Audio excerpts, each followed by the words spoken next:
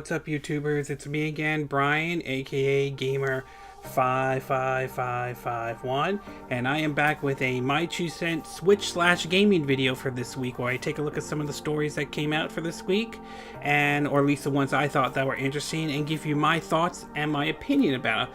So why don't we get started with the first one, and the first one is about Wolfenstein 2 for the Nintendo Switch. Now, we know that game has been announced and was eventually going to come to the Nintendo Switch, and they showed off some gameplay footage of it. I believe it was at PAX as well. Well, apparently some information has come out, and we have probably one good news and one probably some bad news for Switch owners who are thinking about getting Wolfenstein 2 for the Switch, although that's going to depend on your perspective and your view on that. So why don't we start off first with the good news, though. This one comes from The Verge, I think VERGE, again, links will be in the description of this video, and it reports the release date has that has come out, though. But according to the article, it says Bethesda has slowly brought some of its best games to the Nintendo Switch, and that will continue in June with the launch of Wolfenstein 2: The New Colossus. Today, the publisher revealed that the game will hit the Nintendo tablet, or Nintendo console, on June 29th. The Switch port was originally announced back in September alongside a new version of Doom. So we have an official launch date for the Nintendo Switch. Obviously, it's coming a little bit sooner than as I originally thought. But it's nice to know that it's coming out in June, though. So we gotta have a month wait for it, though. So at least that's good. So at least we're getting it soon. That's the good news. Excuse me. The bad news, however, and this is probably one that may annoy some Switch owners, and this comes from GameStop. Again, links will be in the description. It turns out that you might need some space on your system. It points out that the game will be available digitally retail, but it appears you may have some free space on your system even if you pick up the physical copy. Bethesda has shared the box art for the Switch version of Wolfenstein 2, and like a number of other Switch games, it features a bar at the top of the box that warns the game requires a download in order to play. The label doesn't specifically how much storage you will need to install the download, but it says you may need a micro SD card. You can take a look at the box art along with the other screenshots. Again, link will be in the description of GameStop. And based on what they are showing, it says, quote, internet download required, micro SD card may be required. As far as what that might be, there are many speculations. Possible it may be required for, the updates that maybe that the PS4 and the Xbox One has already. It's possible it could be maybe the season pass or some of the DLCs that the Xbox One, PS4, and PC have gotten as well. I have to say that I will admit to some degree that is a little annoying, and it kind of does highlight one of the problems the Switch has, though, and that is a lot of these developers that are kind of taking this little shortcut in terms of basically giving you the game, but you have to download the rest, most likely because of how expensive these cartridges are, at least for now. I mean, eventually it's possible the price will go down, but for the moment they are, and a lot of developers are taking this kind of approach, and not everybody's going to be pleased with this, though. I know some have gotten used to it a little bit. I mean, LA Noire, I think you needed like about 14 spaces for that, though, which, yes, annoying. I think 14 gigabytes, but NBA 2K18 I heard was like the worst of the worst. Yeah, somehow that game sold very well. But overall, this is kind of a mixture of a good and bad news. Yes, the game's coming out June 29th. I'm definitely looking forward to it. But at the same time, the fact that you may need an internet requirement download, assuming this artwork is official, it sounds like it is, might be a problem. I would assume that they wouldn't have to, considering this is a single player focused game, but obviously, like with LA Noire, same thing as well. So unfortunately, it is going to be a little bit annoying for some Switch owners. No word on exactly how much space you need. I haven't found anything yet on it though, but it will be interesting to see how much space will be required, especially since we're going to have to download possibly other parts of it. And no word if it's basically just the rest of the game, or if it's just like, you know, like the patches, or they need to update it to prepare for the possibility that some of the DLCs from the PS4, Xbox One, and PC are going to come to the Switch as well. So overall, mixed news on Wolfenstein 2 for the Switch though. We got a release date, but obviously not everyone's going to be pleased with the fact that you're going to need a micro SD card and the whole downloading stuff. Okay, we're going to take a quick break, and when we get back, we're going to be talking about what Belgium recently did in terms of regarding loot box, and it will be interesting to see where this goes as well. So we'll take a quick break, and we will be right back.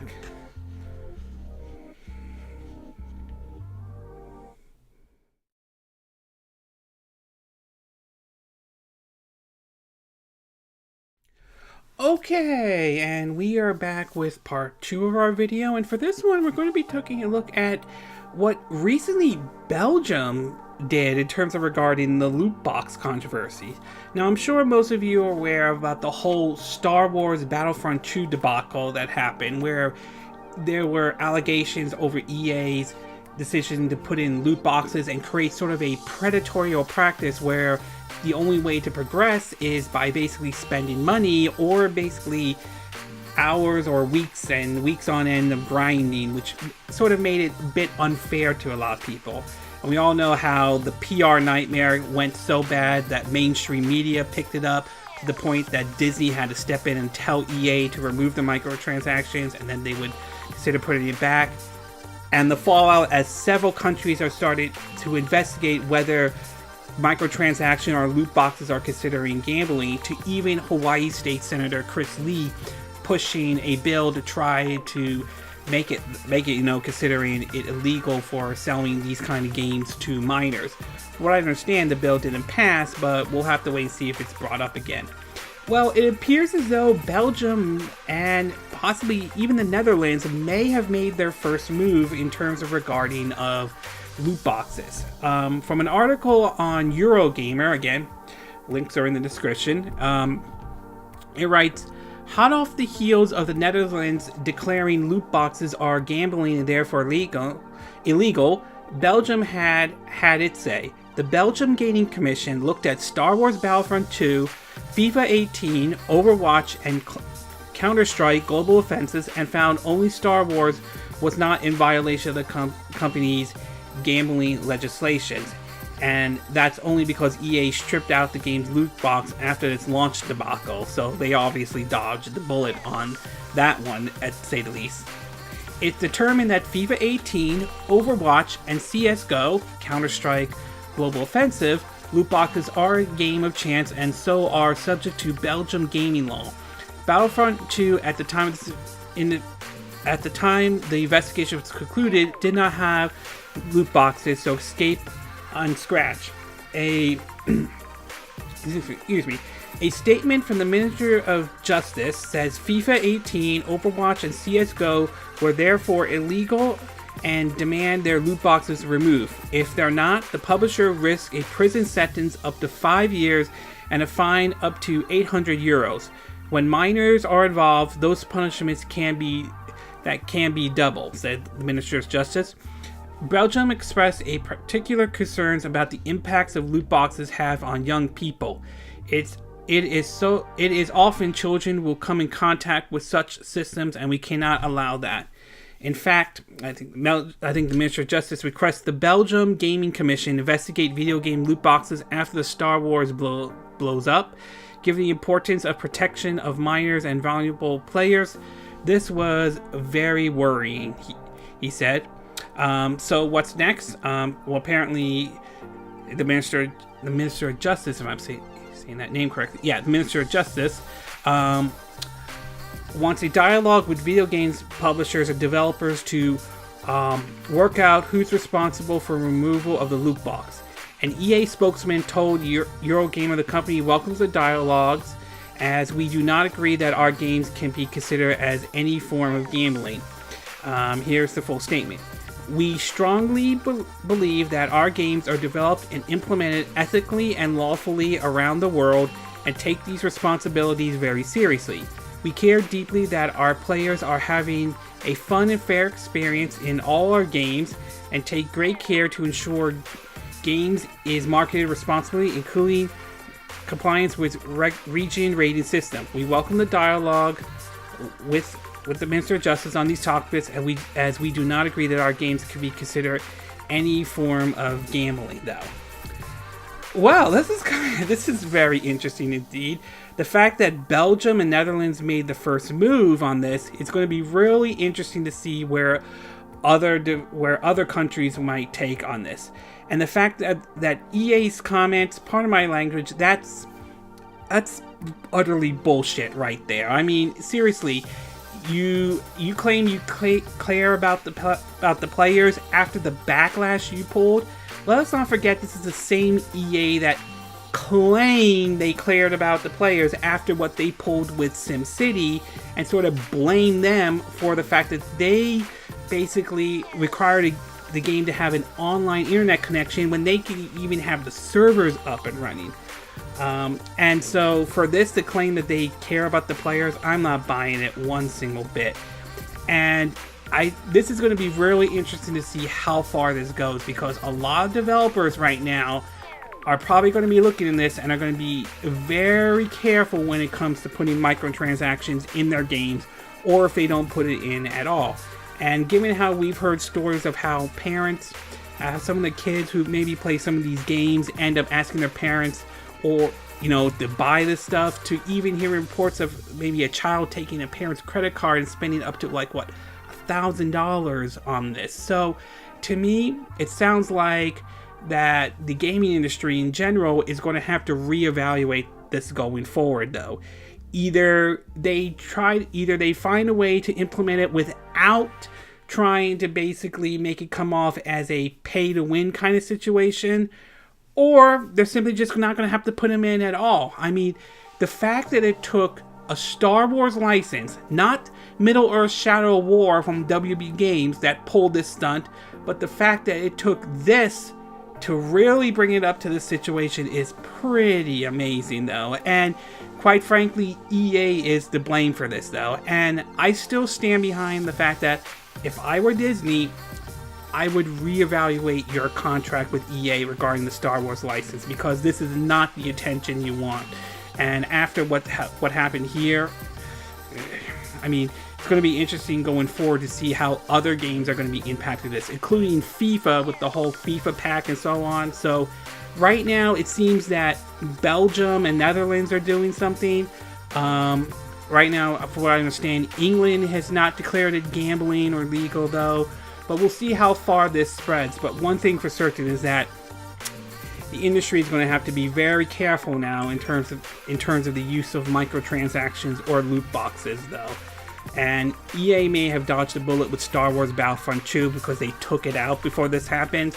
But obviously, with FIFA going forward, it may be an issue. So overall, I would say bad for EA that this happened to them, though, but good for in terms of a pro-consumer perspective. I'm glad Belgium and the Netherlands are taking the march on this.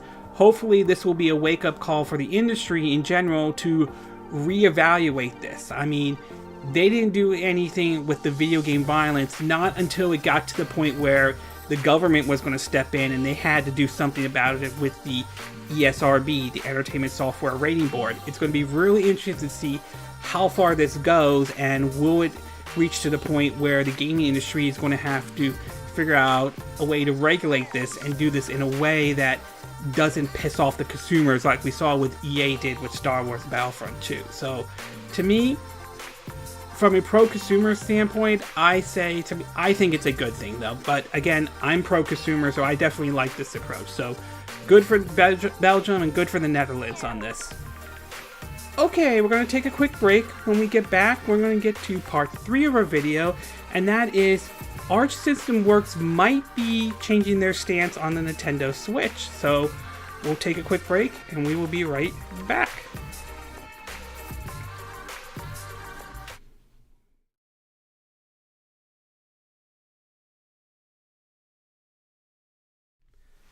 Okay, and we are back with the third part of our My 2 Cent video, and for this one we're going to be taking a look at the company Aulx Works that recently may have did a reversal on what their original stance of the Switch might have been, though. Now, if you're not familiar with that company, even though I'm not a huge fighting game fan, but I've heard of them. I think they're famous for the series of doing the Guilty Gear and the Blaze Blue series. I also think they did a version of Contra on the PS3 called, I think, Hard Corps Uprising. If I'm saying the name correctly, apologize if I'm not. Well, apparently they made, and I think they're working on an upcoming Blaze Blue crossover game for the Nintendo Switch. Well, apparently they not only announced another game for the Switch, though, they also announced their actual support for the system going forward. From several posts posted on Nintendo Life, link in the description, it was reported that Guilty Gear XX Accent Core Plus R is going to be coming to the Nintendo Switch. The article pointed out that it was only back in February that Guilty Gear producer and Blaze Blue creator cast doubt on a potential Guilty Gear port coming to the Switch when he said, "One of the goals for Guilty Gear is achieving high-quality graphics. Specifically on that point, the Nintendo Switch may not be a good match, but that's not our final conclusion. We're still working on that." Well, it turns out the Switch can run a new version of Guilty Gear because Aulx Works has officially announced the port of Guilty Gear XX Accent Core Plus R. The announcement was made at the NDC 2018 in Korea, although the developers haven't revealed any more details bar an official confirmation.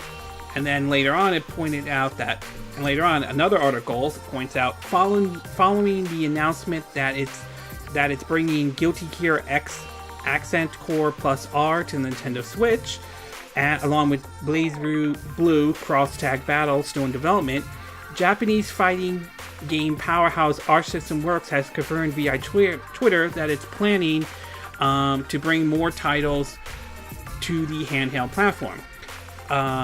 So basically they have now thrown that they are now going to be supporting the system as well. And personally, again, I'm not the biggest fighting game person though, but nevertheless, I welcome this decision. It's nice that we're seeing more developers support the Nintendo Switch, and it's nice that this developer is bringing in a newer version of their latest fighting games as well.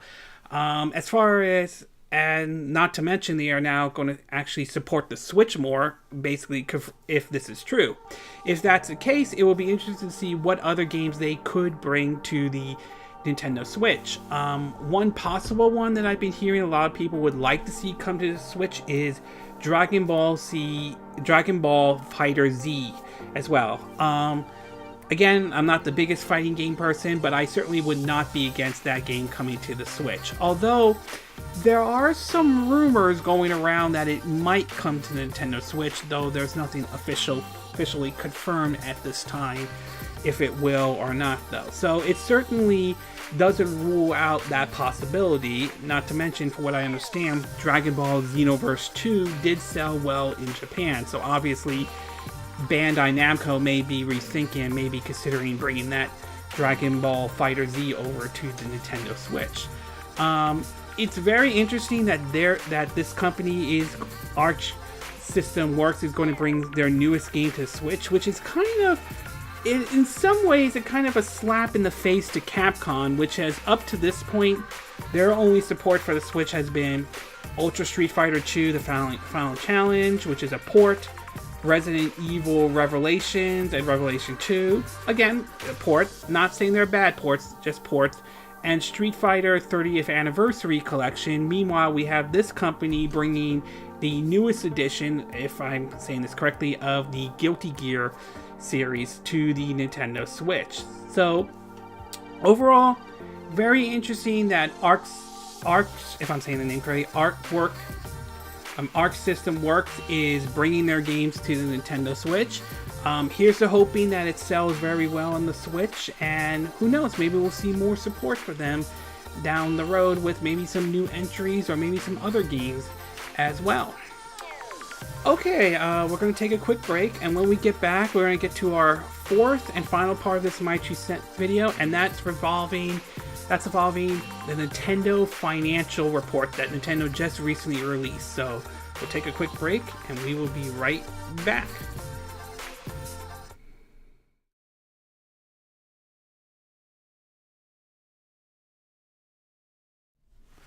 Okay, and we are back with the fourth and final part of our My 2 Cent video, and for this one, we're going to be taking a look at not only Nintendo's financial reports, but apparently some interesting announcements that came out. And while I won't go into complete details of it, though, I will have links in the descriptions, and you could take them out. I'm going to go over a couple of announcements that were made during their financial report.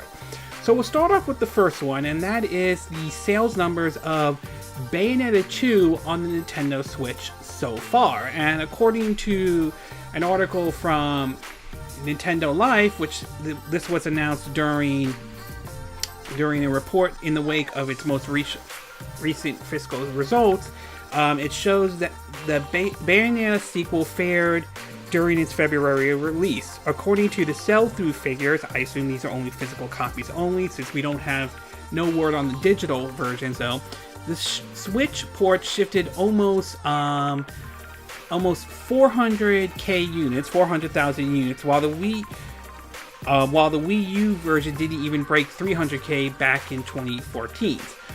Both sales figures are combined states for North America, Europe, and Japan. I believe this may have been...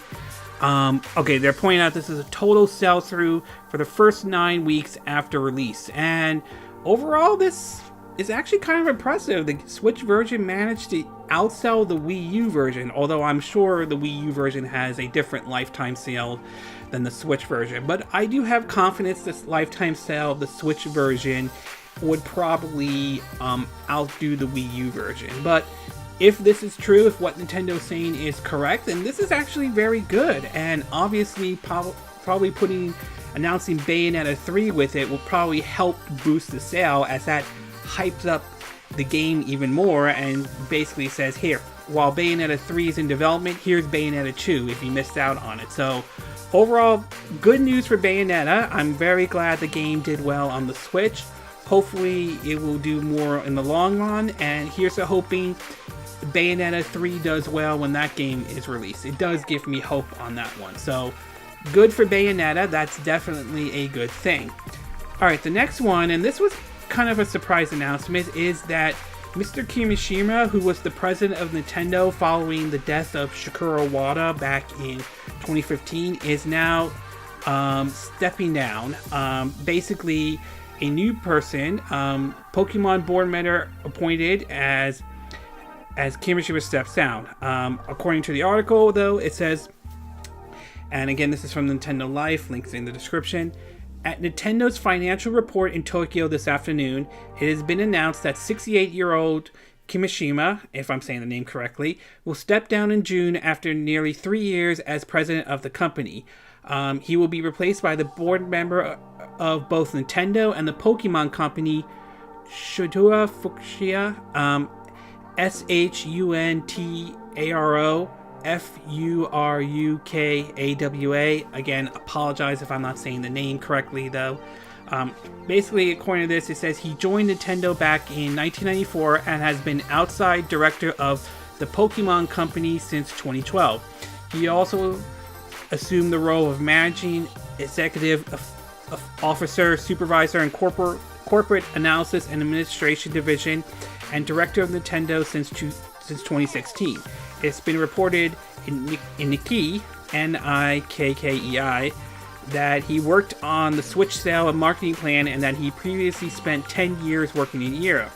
The Nikkei, if I'm saying it, apologize if I'm saying the name correctly though, also report that the Switch isn't due to Kimishima's performance. In fact, it was Kimishima himself who thought that Nintendo's management need to be younger in order to understand the needs of its customers. In addition, Satoru Shibata, Shibata, is leaving his role as president of Nintendo Europe to take on a more global role at Nintendo Company Ltd. At this time, the company has not named a replacement for Shibata-san at Nintendo of Europe.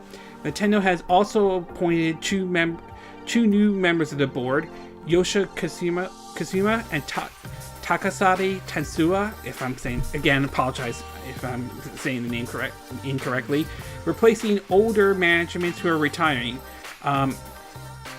Kasuma has been called the architect behind the Switch, and Tensua, mostly well known for producing entries into the Super Mario series. Obviously, you probably remember he was also the one who helped promote, Super Mario Odyssey as well. So it's kind of interesting that Kimishima is stepping down, though. It is somewhat sad to see him step down, though. But at the same time, I can also understand why, though. That you want to bring in a new face and a new generation, though. So, and I can understand some people are kind of concerned about this new president taking over, though. I mean, but then again, a lot of people were concerned about Mr. Kimishima taking over after Shigeru Iwata's death back in 2015. And yet, so far, he seemed to have steered Nintendo ship very well, at least up to this point. So obviously, he's passing on to someone who can continue to maintain that ship as well. Hopefully, he can help keep the momentum going for the Nintendo Switch, though. I do have confidence that he probably will, but this new person, but I'm going to give him the benefit of the doubt. I have some concerns, but I will give him the benefit of the doubt. We'll see what he can do. Hopefully, he can continue to keep that momentum going from the Nintendo Switch, and it will be very interesting if that happens. So, but overall, obviously, I'm going to miss Kimishima, but I will definitely give this person a new try as well. And kudos to the other two who have now been two new members of the board. Hopefully they are successful as well, and hopefully they continue to make positive contribute to Nintendo. So overall, though, gonna miss Kimishima, but like I said, I'm gonna give this new person the benefit of the doubt. And finally, we have some sales numbers coming out about the Nintendo Switch.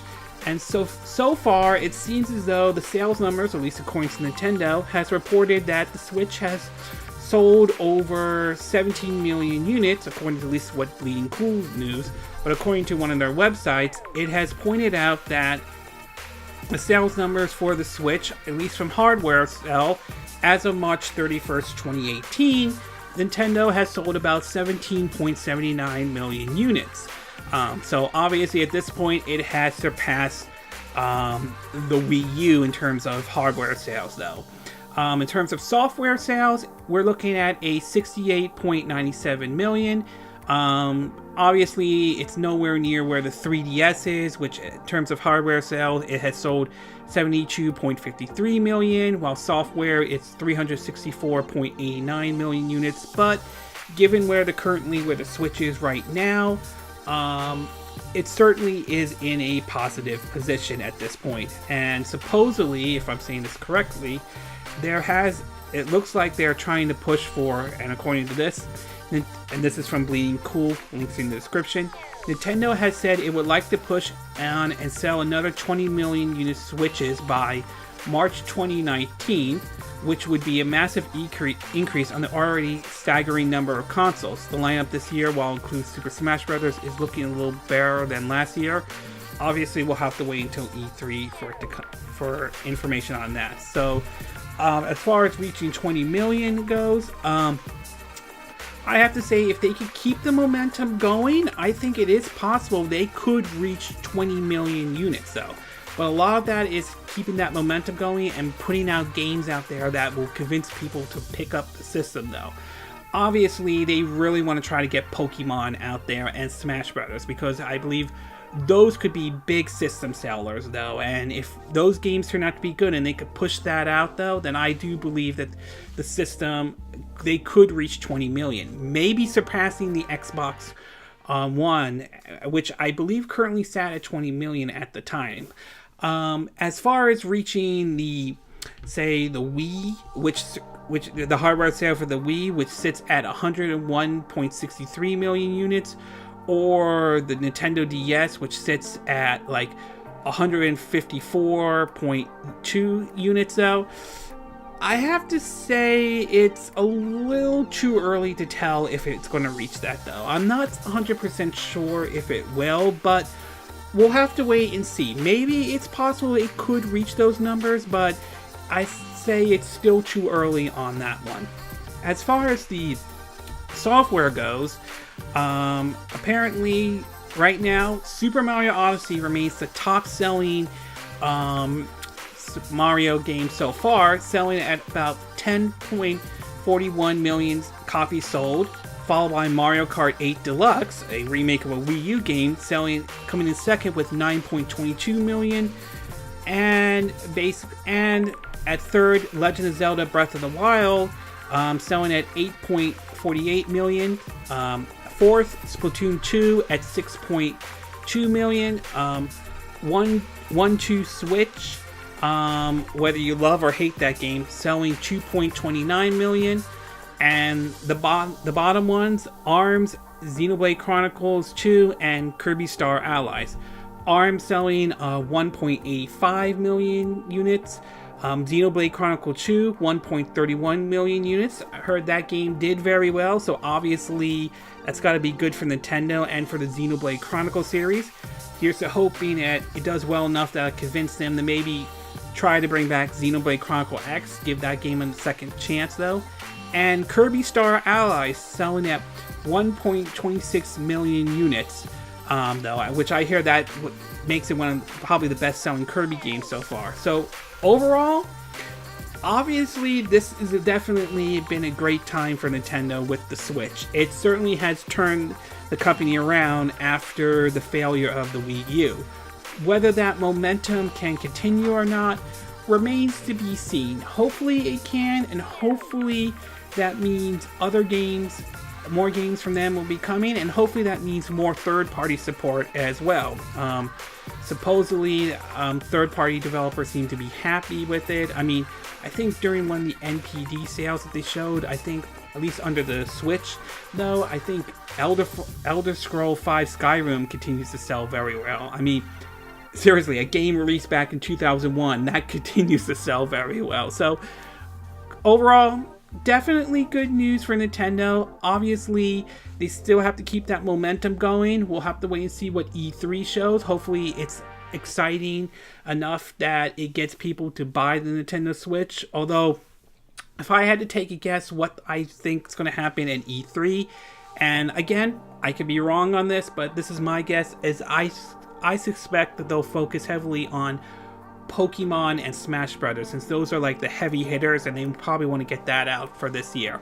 Now, that's not to say they're going to ignore other titles. I'm sure they probably have some other titles they want to show, like Bayonetta 3 and Metroid Prime 4. That's a possibility we could see that there. And there could be other surprises as well. So I'm not saying that they won't have anything else to show, but I suspect most likely Pokemon and Smash Brothers are going to be the heavy hitters. They want to get that out ASAP as well. So, but overall, these are good numbers for Nintendo. Hopefully, they can keep that momentum going, but definitely good. This is definitely good news in terms of their financial report, indeed. Okay, this concludes this My 2 Cent video for this week. And again, these are my opinion. What are yours? What are your thoughts about the announcement of Wolfenstein 2 for its launch date of June 29th? Though, are you looking forward to getting the game? Are you looking forward to trying out the Switch version? Or are you happy with the version you have, whether it's on PS4, Xbox One, or PC? And what about this download requirement possibly for the game? Is this an issue for you? Is this a non-issue for you at all? What about Belgium's decision about the loot box controversy, though? Do you think they made the right decision indeed? Do you think they overstepped their boundaries anyway? Do you think this could have an impact in the gaming industry as a whole? Do you think it's not going to have a big impact at all? And what about Aulx System Works throwing their support behind the Nintendo Switch? Are you happy about it, though? Are you looking forward to some of the games that they could bring over to the Switch? Or are you not really a big fan at all, or don't really care? Are there games you would like for them to bring over, like the possible rumor of Dragon Ball FighterZ? And what do you think about Nintendo's financial reports? Are you happy with these? Are you happy to see this? Do you think this system is doing very well? Do you think these are good numbers? Do you think Bayonetta's Choose numbers are good? And what about the changing of the guard in terms of CEO, of Mr. Kimishima stepping down and with this new guy taking over? Do you have confidence he can steer the ship clearly with the Switch? Or do you have some concerns whatsoever? Do you agree with what I said in this video? Do you disagree? Do you have a different opinion? As always, sound off in the comment section below. Let me know what you think. I hope you hit that like button. I would appreciate it. And I hope you do subscribe to my YouTube channel. Also, feel free to share this video if you want to. And feel free to donate to my channel if you like. You could do it through PayPal Me or Patreon. Links are in the description. And I will see you again next time when I do another video. Hopefully that will be soon. Until then, from Southern California, I wish you all a good day then. Bye!